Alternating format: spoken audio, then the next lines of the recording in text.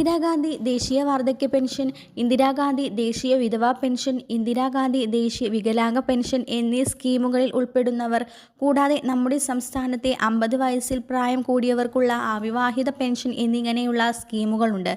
ഇത്തരത്തിൽ 1600 രൂപ വീതം കൈപ്പറ്റാനുള്ള ഡാറ്റാ ശുദ്ധീകരണമാണ് ഇപ്പോൾ നടന്നുകൊണ്ടിരിക്കുന്നത്.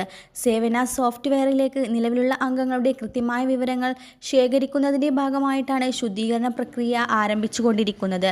നിലവിൽ 6 മാസത്തെ പെൻഷനാണ് കുടിശ്ശികയായിട്ടുള്ളത്.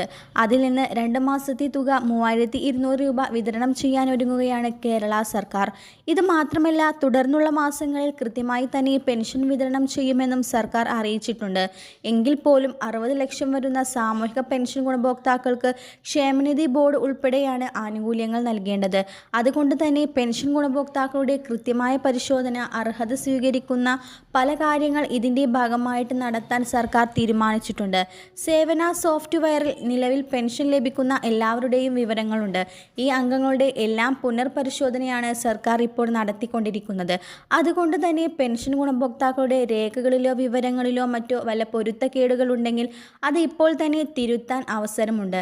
അതിൽ വല്ല തെറ്റുകളോ ഉണ്ടോ എന്ന് സേവന വെബ്സൈറ്റിൽ കയറി സ്റ്റാറ്റസ് പരിശോധിച്ചാൽ ഓരോരുത്തർക്കും അവരവരുടെ സ്റ്റാറ്റസ് സ്വന്തമായി തന്നെ പരിശോധിക്കാൻ കഴിയും. ക്രോമിൽ സേവന പെൻഷൻ എന്ന് സെർച്ച് ചെയ്താൽ സേവന പെൻഷൻ വെബ്സൈറ്റ് കാണാൻ സാധിക്കും.